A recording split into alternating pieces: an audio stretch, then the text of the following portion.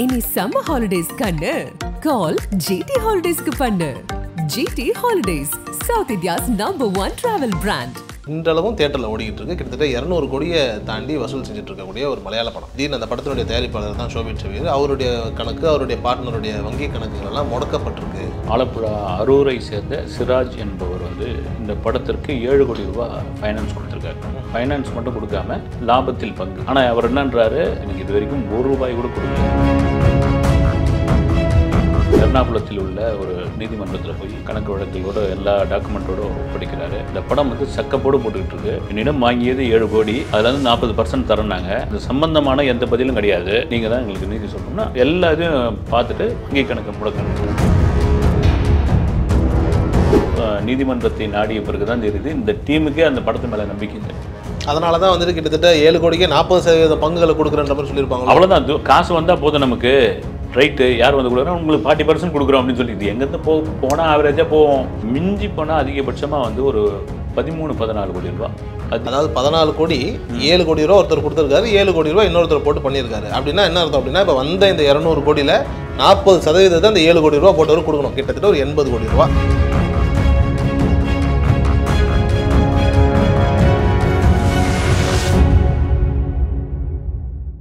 ஆகாயம் நேயர்களுக்கு வணக்கம். நான் உங்கள் அஷ்ரஃப். இன்று நம்மோடு இருப்பது செய்தியாளர் திரு செய்யார் பால் அவர்கள். சார் வணக்கம். சார் வணக்கம். சார் மஞ்சுமல் பாய்ஸ் இன்றளவும் தியேட்டரில் ஓடிக்கிட்டு இருக்கு. கிட்டத்தட்ட 200 கோடியை தாண்டி வசூல் செஞ்சுட்டு இருக்கக்கூடிய ஒரு மலையாள படம். இப்போ ஆனால் திடீர்னு அந்த படத்தினுடைய தயாரிப்பாளர் தான் ஷோபித் ஷபீர். அவருடைய கணக்கு, அவருடைய பார்ட்னருடைய வங்கி கணக்குகள் எல்லாம் முடக்கப்பட்டிருக்கு அப்படிங்கிற மாதிரியான ஒரு செய்தி வருது. என்ன காரணம்? அதான் இதுக்கு என்ன காரணம் முதல்ல சொல்லிடுறேன் நான். ஆலப்புழா அரூரை சேர்ந்த சிராஜ் என்பவர் இந்த படத்திற்கு 7 கோடி ரூபாய் ஃபைனான்ஸ் கொடுத்துருக்காரு. அதாவது எப்படின்னா, ஃபைனான்ஸ் மட்டும் கொடுக்காம லாபத்தில் பங்கு. அப்போ கொடுக்கும்பொழுது, அந்த காசு கொடுக்கும்போது 40% இந்த வர லாபத்தில் 40% நாங்கள் உங்களுக்கு தரோம் அப்படின்னு ஒத்துக்கிட்டாங்க. இதுவாகிடுச்சு. ஆனால் அவர் என்னன்றாரு, எர்ணாகுளத்தில் உள்ள ஒரு நீதிமன்றத்தில் போய் கணக்கு வழக்குகளோட எல்லா டாக்குமெண்ட்டோட ஒப்படைக்கிறாரு. எனக்கு இது வரைக்கும் 1 ரூபாய் கூட கொடுக்கல. இந்த படம் சக்கப்போடு போட்டுக்கிட்டு இருக்கு. என்னிடம் வாங்கியது 7 கோடி, அதில் 40% தரனாங்க. அது சம்பந்தமான எந்த பதிலும் கிடையாது. நீங்கள் தான் எங்களுக்கு நீதி சொல்லணும்னா எல்லாத்தையும் பார்த்துட்டு வங்கி கணக்கை முடக்கணுன்ட்டேன். என்னென்னா, உங்களுக்கு ஒரு படம் காமாசமாக ஓரளவுக்கு வெற்றி இல்லைனா, இப்போ நீங்கள் நம்ம தமிழ் சினிமாவே எடுத்துக்கலாம். சமீப காலமாக ரொம்ப காலமாகவே அது ஓடுதோ ஓடலையோ 2வது நாளே எல்லாம் அடுத்த நாளே சக்ஸஸ் மீட்டுன்னு ஒன்று வைக்க ஆரம்பிச்சிடறாங்க. இவங்களாம் ஒரு கணக்கை சொல்கிறாங்க. வாத்தி படத்துக்கு கூட அப்படி தான் சொல்லியிருந்தாங்க. நான் ஓப்பனாக சொல்கிறேன், நான் தெலுங்கில் இவ்வளோ அடிச்சது, தமிழில் இவ்வளோ அடிச்சது, அது யாரும் போய் கேட்க மாட்டாங்க. ஆனால் ஒரு பொதுவான ஒரு விஷயம் என்னென்னா, நான் தான் திரும்ப திரும்ப சொல்கிறது, நீங்கள் உங்கள் ப்ராடக்டை இட்டுன்னு சொல்லிக்கலாம் என்ன வேணாலும். உண்மையிலே சினிமாக்காரர்கள் தங்களுடைய தோல்வியை யாரும் பொதுவாகவே ஒத்துக்க மாட்டாங்க. இது ஃப்ளாப் படம்னு யாருமே ஒத்துக்கவே மாட்டாங்க. திரும்ப திரும்ப சொல்கிறது அதுதான். ஆனால் நீங்கள் வெற்றி படம், குடும்பங்கள் கொண்டாடும் அதிரிபுதிரியான வெற்றி, தியேட்டரே ஸ்தம்பிச்சு போயிடுச்சு, இப்படி நீங்கள் கொடுக்குற இந்த விளம்பரங்கள், சோஷியல் மீடியாவில் நீங்கள் பே பண்ணி கொடுக்குற ஐப்பு, அப்புறம் அந்த ஃபஸ்ட் டே ஃபஸ்ட் ஷோ ஒரு தேட்டரில், கமலா தேட்டரில் நின்ன பேசின ஒருத்தர் தாம்பரம் எம்ஆர் தேட்டரில் போய் அதே முகம் தெரியும், இதெல்லாம் யாருன்னு தெரியாது. இந்த மாதிரி விஷயங்கள் எல்லாம் ஒரு வெற்றியை நிர்ணயிக்காது. ஒரு வெற்றி என்பது, இப்போ மஞ்சுமல் பாய்ஸ் ரிலீஸ் ஆகி இப்போது நம்ம பேசிகிட்டு இருக்கோம் பாருங்கள், இதுதான் வெற்றி, இதுதான் ரியல் வெற்றி. இது தெரியாமல் சும்மானா நீ இவன் உருட்டு, அவன் பெரட்டு, நீ அடிச்சு விட்ற, நீ இந்த ஆள், நான் அவன் ஆள் அப்படின்னு நீங்களாம் பொதுவாக விமர்சகர்களை, பத்திரிகையாளர்களை இவங்க ஒரு கணக்கு பண்ணி ஏதோ ரசிகன் மாதிரி 3ஆம் தராது மாதிரி பேசுகிறது. இப்போ இங்கே ஒரு நீதிமன்றம் போயாச்சு, 7 கோடி ரூபாய் நான் கொடுத்துருக்குறேன், 7 கோடியில் 40% தரேன்னு சொல்லியாச்சு. 40%லேருந்து 1 ரூபாய் கூட வசூல் வரல, 1 ரூபாய் கூட கொடுக்கல. ஆனால் அந்த படம் வசூல் ரீதியாக 200 கோடி, எனக்கு தெரிஞ்சு தமிழ்நாட்டில் மட்டுமே அது 200 கோடின்ற அளவுக்கு ஆகிடுச்சு. அப்படின்பொழுது நீதிமன்றம், நீதியரசர் இவங்க எல்லாம் கவனிக்கிறாங்க, வங்கிகளை முடக்குங்கன்ற ஒரு உத்தரவு, ஒரு செய்தி படித்தாச்சு. திரும்ப தான் சொல்கிறது இப்போது கடந்த ஜனவரி மாதத்துலேருந்து இப்போ ஏப்ரல் முடிய போகுது, 14 தமிழ் புத்தாண்டே வந்துடுச்சு. ஒரு வாரத்துக்கு 10-12 படங்கள் ரிலீஸ் ஆகி அந்த படங்கள் தியேட்டரில் வந்து அதுக்கு வந்து ஒரு விளம்பரத்தை கொடுத்து அதை பண்ணி இதை பண்ணி ஒரே ஹீரோ நடித்து 3 வாரம் அந்த படத்தை பார்க்க வேண்டிய ஒரு நிலைமைலாம் வந்து நான் அவர் மேலே தப்பு சொல்ல வந்து அவர் அது ஒரு காரணமாக வந்து சொல்லிட்டார். ஒரு விழாவில் வந்து ரெபல்னு ஒரு படம், கல்வன் ஒரு படம், டியர்னு ஒரு படம். அதுக்கு அந்த டியருக்கு வந்து ஒரு ப்ரெஸ் மீட்லேயே அதில் வந்து சொன்னார், இதெல்லாம் நான் வந்து 4 வருஷத்துக்கு முன்னாடியே நடித்தது. நான் இப்போ தான் ஒன்றா ரிலீஸ் ஆகுது, என்னை வந்து வெள்ளிக்கிழமை ஹீரோன்றாங்க, வெள்ளிக்கிழமை ராமசாமின்றாங்க அப்படின்னா. அப்புறம் அதே டியரில் நடித்த ஐஸ்வர்யா ராஜேஷ் அவங்க பங்குக்கு என்னையும் போன வருஷம் அப்படி தான் சொன்னாங்க, வெள்ளிக்கிழமை நாயகின்னு அவங்க ஒரு பங்குக்கு பேசியிருப்பாரு. நீங்கள் என்ன வேணாலும் பேசிங்க. ஏங்க ஒரு மஞ்சுமல் பாய்ஸ்ன்னு இது வரைக்கும் யாருக்காவது தெரியுமா? இந்த படம் என்னன்னு புரியுமா நமக்கு? வந்து ஒன்றுமே இல்லை. அது பாட்டுன்னு வந்தது. வந்த உடனே முதல் ஒரு 2 காட்சியில் ஒன்றும் இல்லை, 3வது காட்சியிலேருந்து சோஷியல் மீடியாவில் பெரிய வைரல் ஆகுது, பரபரப்பாக பேசப்படுது, மீடியாக்கள் பேசப்படுது, கூட்டம் ஐப்பாகுது, இன்றைக்கு வரைக்கும் ஓடி இருக்குது. பல ஊர்களில் போஸ்டர் கூட அந்த படத்துக்கு அனுப்பலை. நான் திரும்பவும் சொல்கிறேன், மஞ்சுமல் பாய்ஸுக்கு என்ன ப்ரெஸ் மீட் வச்சாங்க, என்ன ஆடியோ லான்ச் நடத்துகிறாங்க, எந்த ப்ரொமோஷன் பண்ணாங்க? ஒன்றுமே கிடையாது. அது ஒரு மலையாள படம், மொழி மாற்றம் கூட பண்ணல. நான் பாதி தமிழில் தான் பேசிகிட்டு இருந்தாங்க. கொடைக்கானலில் நடக்கக்கூடிய அது 2 விதமாக கனெக்ட் ஆனது என்னென்னா, குணா படம், குணா கொகை, கண்மணி அன்போடு சாங்கு.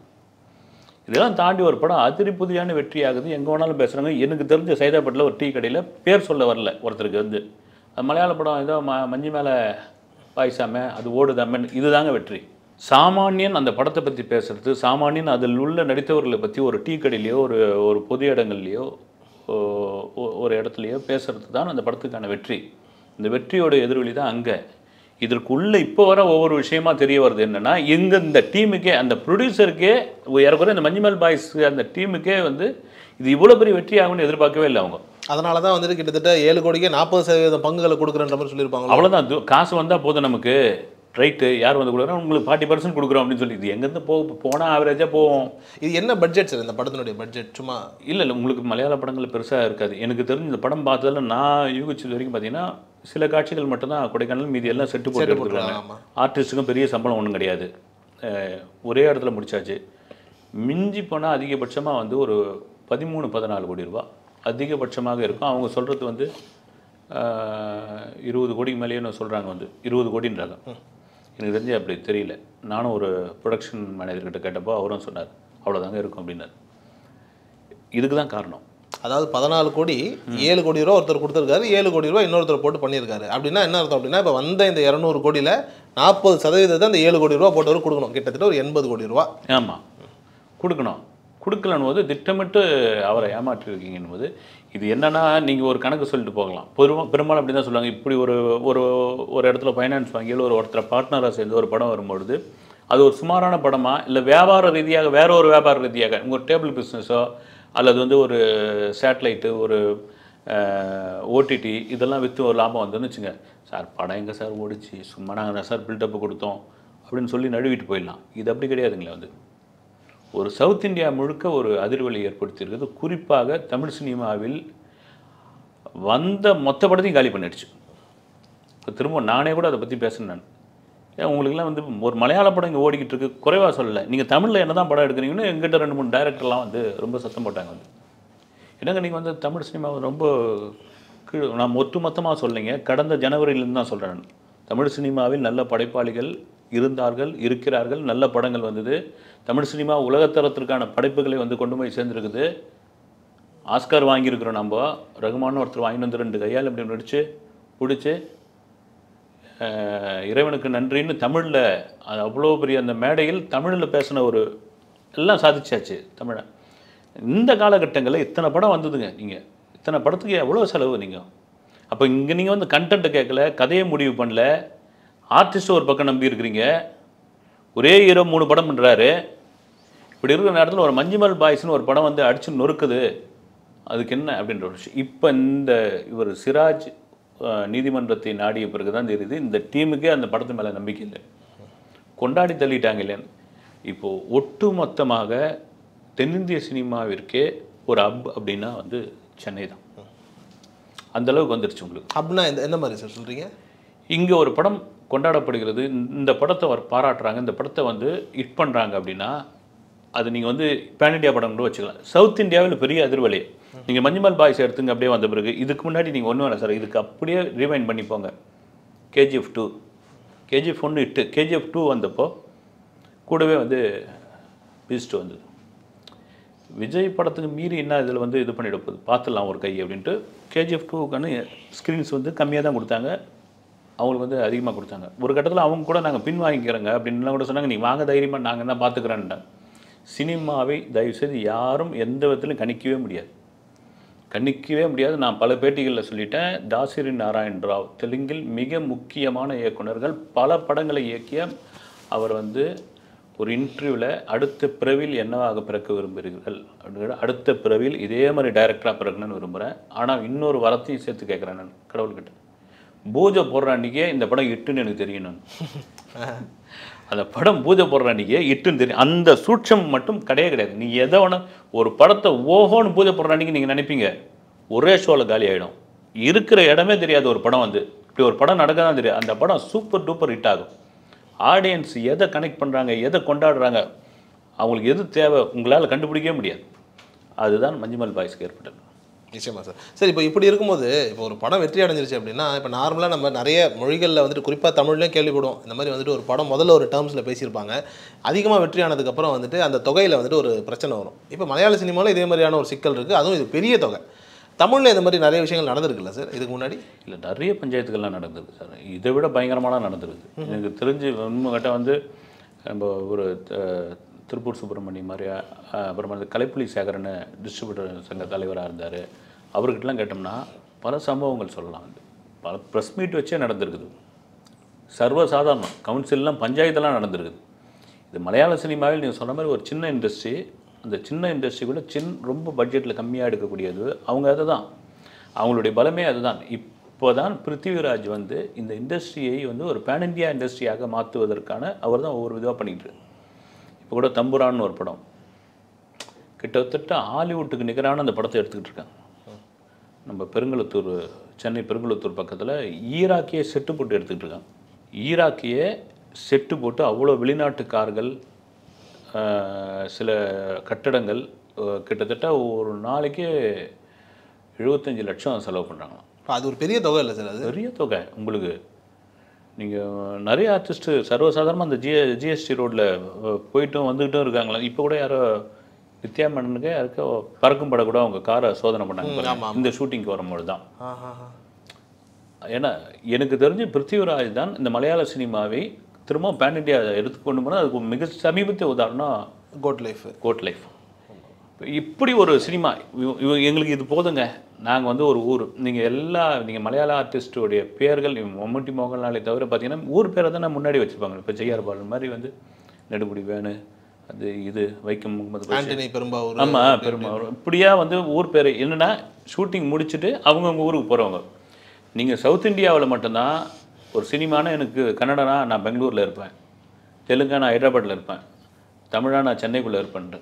அதெல்லாம் கிடையாது. எங்கள் ஊரில் நாங்கள் இருப்போம், கூப்பிட்றப்போ வாங்க ஒரு வீடு எடுப்போம், வீட்டுக்குள்ளே மோகன்லால், மம்முட்டி, சின்ன ஆர்டிஸ்ட், பெரிய ஆர்டிஸ்ட் எல்லாம் தங்குவோம். அதில் தான் ஒரு படத்தை பட்ஜெட்டுக்குள்ளே முடிச்சுட்டு போயிடுவோம். இப்படி எதிர்பார்க்கப்பட்ட படம் தான் மஞ்சுமல் பாய்ஸ்.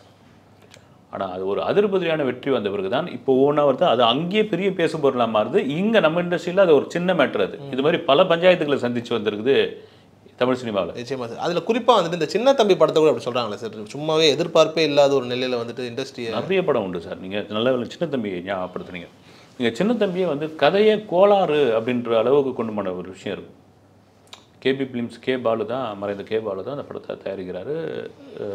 பிவாஸ் பெரிய பீக்கில் இருக்கார். அவர் கால்ஷீட் கிடச்சிது. பிரபு குஷ்பு காம்பினேஷனு. ஒன்லைனில் ஒரு அம்மாவுடைய வளர்ப்பில் இருக்கிற ஒரு பையனுக்கு தாலினா என்னன்னு தெரியாது. ஒரு தங்கச்சியை அண்ணனுங்க வந்து பொத்தி வளர்க்குறானுங்க. காரணம் இந்த பொண்ணு வந்து ஓடி போய் தான் கல்யாணம் பண்ணிப்பா. இவ்வளோதான் மேட்ரு. இந்த ஒரு பையனுக்கு தாலியே தெரியாது உலகத்தில் எங்கேயா அது வந்து நம்ம தமிழ் கலாச்சாரத்திலே கிடையாது. வந்து தாலினா என்னன்னு தெரியாதோ யார் இருக்கான் இல்லை, இதை நம்புவாங்க அப்படின்னு. இது இளையராஜா கிட்ட அவர்கிட்ட வந்து சாங்கு போது விஜிபியில் தான் அதுக்கான சாங் ரெக்கார்டிங் பண்ணுறாரு. அவர் இதே கொஸ்டின் கேட்குறாங்க. இளையராஜா அவர்கள் எத்தனை கதையை கேட்டிருப்பார், எத்தனை கதைக்கான மாறுதல்லாம் சொல்லியிருப்பார். படத்தை குப்பையாக எடுத்துன்னு அவரே ஒரு பேட்டில் குப்பையாக எடுத்துகிட்டு வந்து போட்டுட்டு சாமி நீங்கள் தான் காப்பாற்றணும் அப்படின்னு போது அதை போட்டு பார்த்து அதை ஆர்டர்லாம் மாற்றி ரீ ரெக்கார்டிங்கில் ஓட வச்ச சம்பவங்கள்லாம் உண்டு. நான் கடவுள் கூட வேற ஒரு சாங் ஓப்பனிங்கில் பாலா கேட்டிருக்கார், இந்த சாங்கை போடி அப்படின்ட்டு. இந்த பிச்சை பாத்திரம் ஏந்தி வந்தோன்ற மாதிரியான சாங்லாம் கூட ரமண ரிஷியோடைய மாலையா அதை எடுத்து யூஸ் பண்ணுது.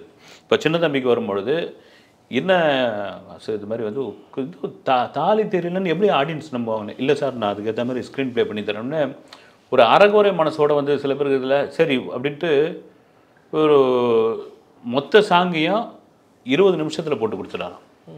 இவருக்கு ஒரு மாதிரி ஆயிடுச்சா, என்னது 20 நிமிஷத்தில் போட்டு கொடுத்துட்டாரு. அதுக்கப்புறம் மீறி கேட்டால் டென்ஷன் ஆகிட்டாரு. வந்தாச்சு சாங் மொத்தம் சூப்பர் டூப்பர் ஹிட்டு. சின்ன தம்பிக்கும் இதே நிலைமை தான், மஞ்சுமல் பாய்ஸ் மாதிரி. நீங்கள் இப்போ மாதிரி சோஷியல் மீடியா கிடையாது, அப்போ இன்டர்நெட்டு, அப்புறமா வந்து யூடியூப் சேனல்லாம் கிடையாது. பத்திரிகைகள் எழுதுனா, வானொலி மூலமாக சொன்னால், தொலைக்காட்சியில் ஒரு சேனல் மட்டும்தான் இருந்தது. இவங்க விமர்சனம் கொடுத்தா தான் உண்டு. மீதெல்லாம் மவுத் டாக்கு. முதல் 2 நாளைக்கு அந்த படத்தில் கூட்டமே இல்லை. 3ஆவது நாள் வந்து பிச்சு கட்டின்னு ஓடுது. அப்போ வந்து கேசட்டு 10 ரூபாய்க்கு கேசட்டு, ஆடியோ கேசட்டு. எங்கே திரும்பினாலும் சின்ன தம்பி பாட்டு. அப்போ வந்து உங்களுக்கு வந்து கதை இது வந்து ஒளிச்சித்திரன்னு வாங்க தெரியுங்களா? ஆமாம், அது ஒரு படத்தை வந்துட்டு ஃபுல்லாக டைலாக் எழுதுறாங்க. சின்ன தம்பியோட ஒளிச்சித்திர கேசட் எனக்கு தெரிஞ்சு அதான் கடைசி. விசுவோடைய சம்சார மின்சாரம், விதி, இதெல்லாம் வந்து அப்படி ஒரு ரெக்கார்ட் பிரேக் பண்ணுது ஆடியோவில். ஒளிச்சித்திரத்திலே ஆடியோ திரும்ப கேட்பாங்க வந்து படம் பார்த்துட்டு வந்து. இதுக்கப்புறம் வந்து அந்த ஒளிச்சித்திர கேசட் விற்கலன்னு சின்ன தம்பிக்கு அப்படி ஒரு ரெக்கார்ட் பிரேக். இது என்னன்னா எதிர்பார்க்கவே இல்லை. ஒட்டுமொத்தமாக பிவாசு கூட ஒரு இன்டர்வியூவில் சொல்லியிருப்பாருன்னு நினைக்கிறேன். என் அசிஸ்டன்ஸுங்களுக்கே வந்து நம்பிக்கையே இல்லை சார், எப்படி சார் இது வந்து வாய்ப்பே இல்லை அப்படின்னு. இல்லையா, நம்புவாங்கய்யா, கண்டிப்பாக நம்புவாங்க. எனக்கு அப்படியே விவரோடைய ஞாபகம் தான் வருது. நான் கூட சொல்லியிருப்பேன், ஆர்பி சௌத்ரி துல்லாத மனம் துல்லும் இங்கே இட்டு நாகார்ஜுனா அங்கே பண்ணுறாரு. ஃபோன் வருது, இவர் தான் ப்ரொடியூசர் ஆர்பி சௌத்ரி. சார் அவர் நாகார்ஜுனா ஒரு சீனில் நடிக்க மாட்டான், மாற்றணும்னு சொல்கிறாரு. இரியா நான் போகிறேன்ட்டு கிளம்பி போயிட்டார். என்ன பிரச்சனை அப்படின்னு கேட்குறாரு நாகார்ஜுனாக்கிட்ட. சார் ஒரு கலெக்டர் ஆஃபீஸ்லேருந்து ஒருத்தன் பாட்டு பாடுறதுக்காக எழுந்தெல்லாம் வரமாட்டாங்க சார், இங்கே ஆடியன்ஸ் அதெல்லாம் நம்ப மாட்டாங்க. அந்த படத்தில் தெரியும் இல்லைங்களா? ஆமாம், சிம்ரன் ஓடி வருவாங்க. உண்மைதான், அது தமிழ் ஆடியன்ஸே அக்செப்ட் பண்ணாங்க, தெலுங்கு ஆடியன்ஸ் அக்செப்ட் பண்ண மாட்டாங்க. அதுதான் சொன்னார் அவர். இது அப்படி அக்செப்ட் பண்ணல, இந்த படம் ஃபெயிலியர்னா உங்களுக்கு சம்பளத்தை விட 5 மடங்கு அதிகமாக தரேன் அப்படின்னு வேண்டாம் விருப்பா தான் நடிக்கிறார், நீ தைரியமாக நடியா அப்படின்னு.